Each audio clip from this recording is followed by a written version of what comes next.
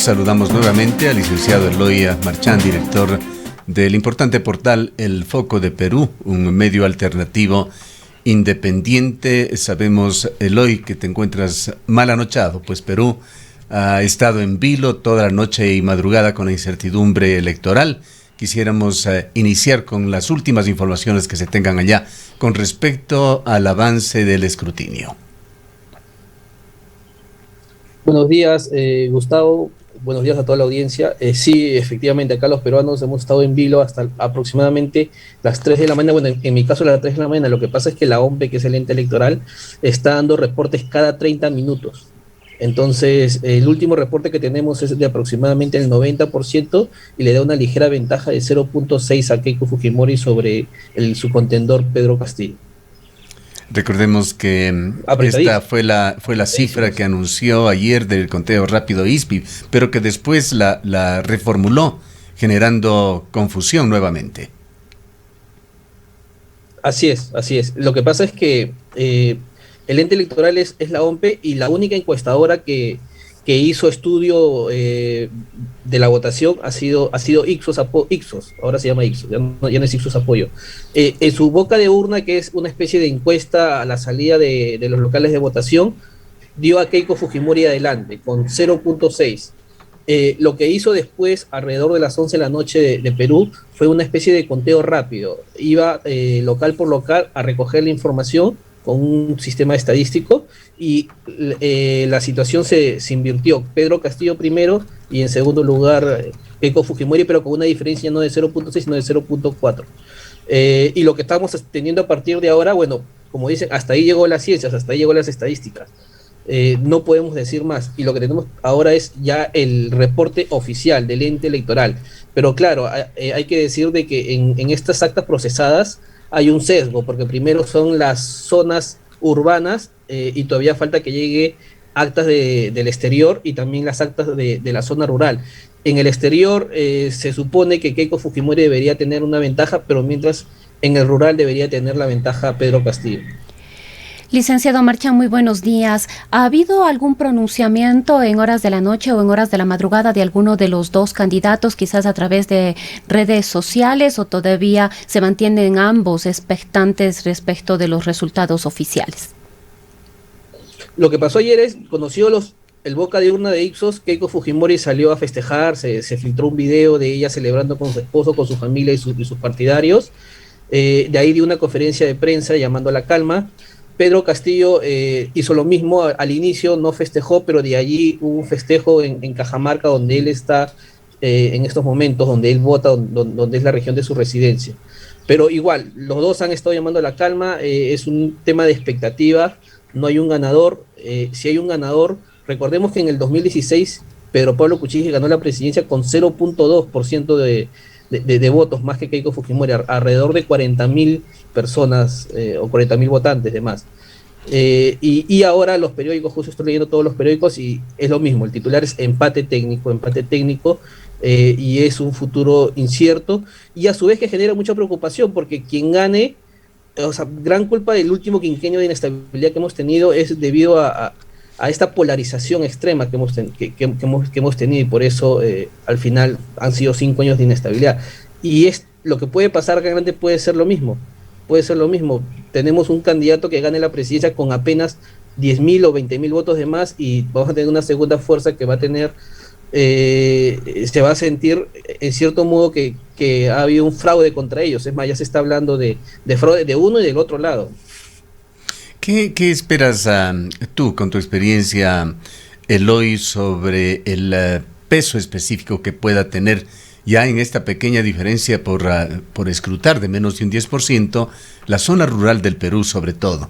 De los votos del extranjero, si no nos equivocamos, son aproximadamente 1 millón de votos y allí se da por descontado de que Fujimori no solamente mantendrá, sino posiblemente incrementará la diferencia, pero 1 millón de votos no es definitivo en la masa de votos peruanos. ¿Qué pasa con la zona rural del Perú, que es lo que menos conocemos por acá?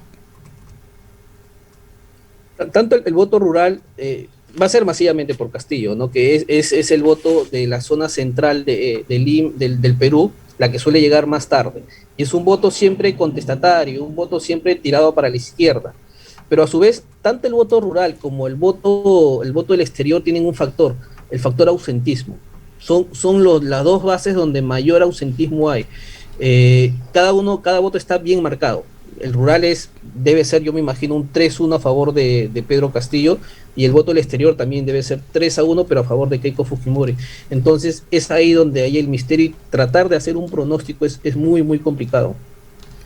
¿Cuál ha sido la respuesta de los peruanos, de las peruanas? ¿Realmente existe, bueno, por supuesto, incertidumbre hasta horas de la madrugada bajo la expectativa de los resultados? Pero recordemos que en medio de la campaña electoral hubo algunos atentados, algunas circunstancias que han conmocionado a la población. ¿Cuál es la respuesta en este momento? ¿Cómo se percibe el estado de ánimo y la respuesta mismo ciudadana a este proceso?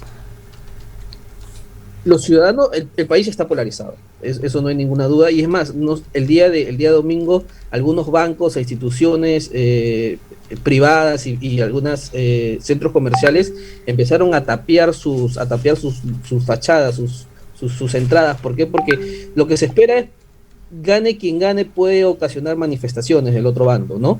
La posición antifujimorista, si ganase Keiko, es bastante fuerte en el Perú. Estamos hablando de la mitad del país está en contra de la señora Fujimori, y podría haber manifestaciones. Recordemos que la mayoría de manifestaciones que han habido últimamente en el Perú son justamente de grupos antifujimoristas, ¿no? Y por el otro lado podría pasar lo mismo. Es más, el día de ayer Pedro Castillo dio a insinuar que iban a luchar el voto, la elección voto a voto, y no descartaba hacer marchas. Entonces recordemos que también el voto que hizo por Pedro Castillo, ahí ya están, el día de apenas se conocieron el boca de urna, empezaron a hablar de fraude. Es más, dijeron grupos ronderos, grupos sociales, apenas se conoció lo de Ipsos, dijeron que se iban a movilizar hacia Lima para defender el voto de Pedro Castillo, ¿no?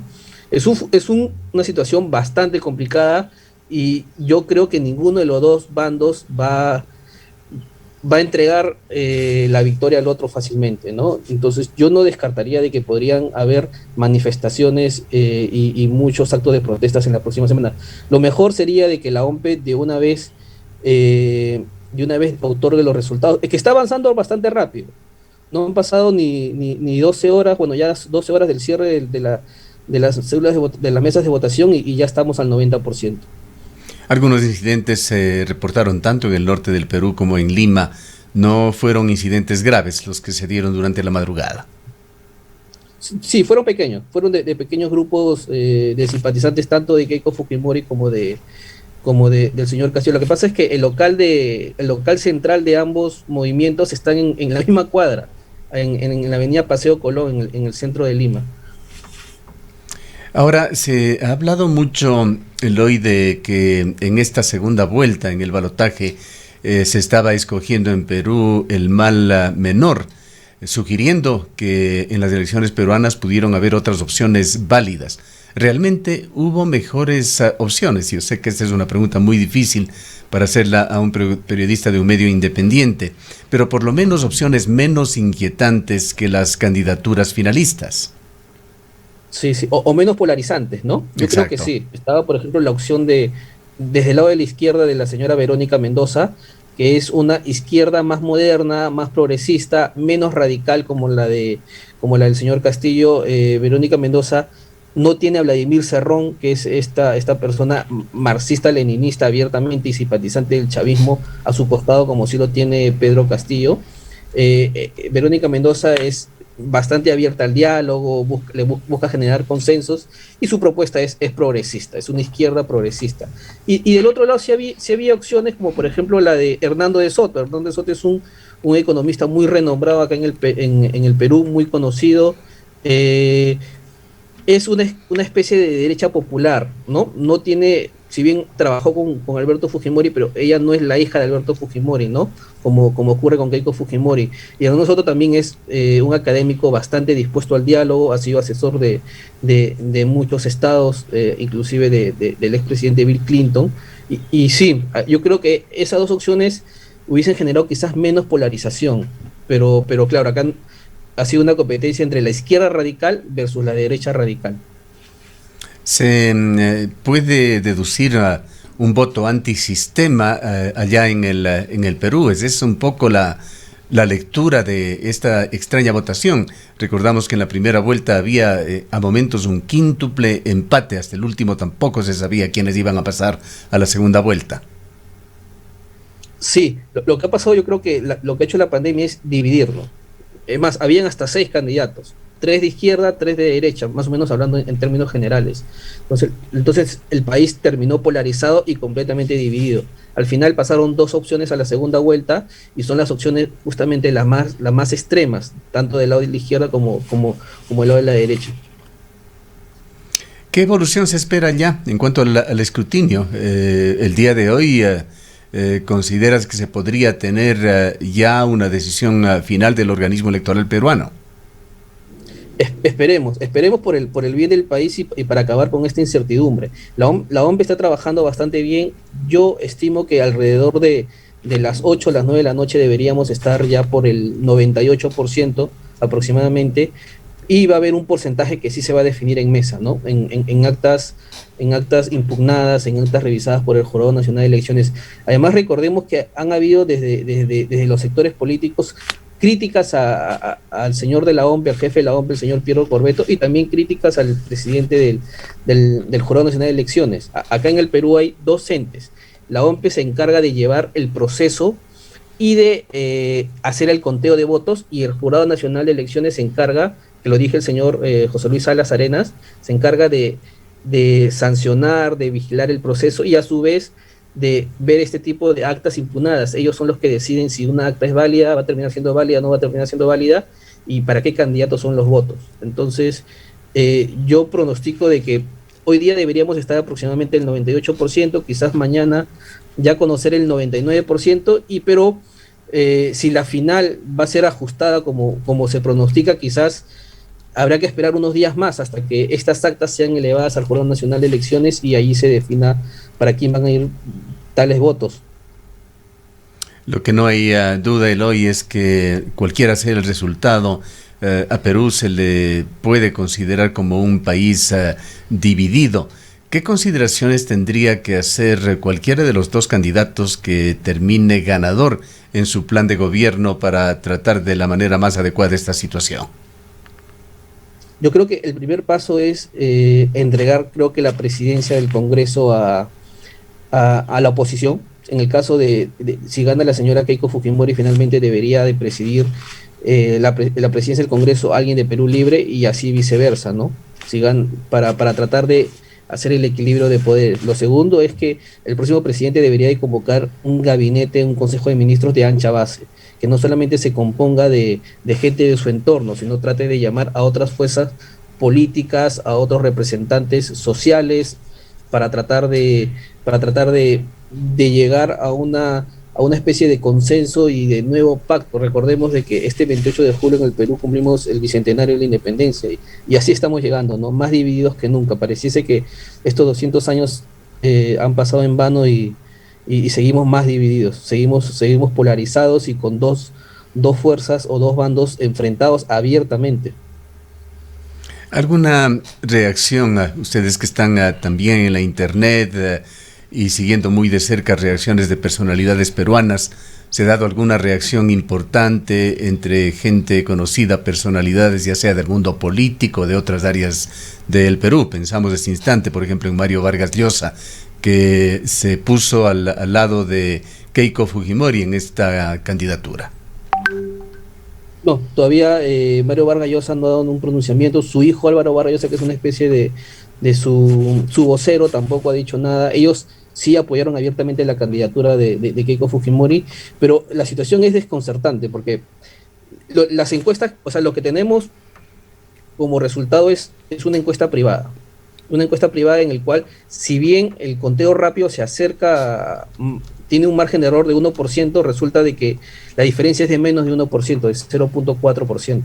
Y eso es lo que ha hecho que seguro muchas personalidades no se animen a dar su posición o declarar ganador. Es más, desde la tienda política de Keiko Fujimori, alguien como el exministro Fernando Rospigliosi, que está apoyando esa candidatura, ha dicho mejor esperemos porque es incierto lo que puede pasar en las próximas horas. Para finalizar, y pensando en el futuro de el Perú, ¿qué tan importantes son estas elecciones comparándolas con otras que siempre han sido inquietantes en Perú? Estas elecciones eran emblemáticas, se puede decir, porque justamente eran las elecciones del Bicentenario, donde el Perú iba a cumplir 200 años de independencia, iban a ser bastante simbólicas. Entonces, de un lado, la gente decía, vamos a entregarle la presidencia del Bicentenario a una señora acusada por liderar una organización criminal, a una señora que es la hija del ex dictador Alberto Fujimori. Eso venía de un lado, y creo que básicamente eso ha definido el voto a favor de Castillo, por un lado, ¿no? Y por el otro lado, vamos a entregarle la presidencia a un señor improvisado, bastante desordenado, caótico, y que ni siquiera es capaz de armar un equipo técnico y un plan de gobierno, ¿no? Lo que pasa con Pedro Castillo, que creo que es lo más llamativo, es que a lo largo de la campaña de la segunda vuelta no ha crecido ni un punto ni ha bajado un punto, siempre se ha mantenido en su 45% de intención de voto. Eso refleja que lo de él es un voto estructural, es un voto de identificación, un voto abiertamente duro antifujimorista, ¿no? Y hay que entenderlo desde ese punto de vista, ¿no? Por el otro lado, el voto de Keiko Fujimori, siempre se ha hablado que en el Perú hay un 10% de voto fujimorista, que son simpatizantes del voto Fujimori y votan siempre por el candidato del fujimorismo. Pero a eso se han sumado el voto anti-Castillo, el voto de la derecha, el voto del gran empresariado, y también un gran factor del bolsón de indecisos, porque recordemos de que cuando empezó la segunda vuelta, los indecisos estaban alrededor del 30%.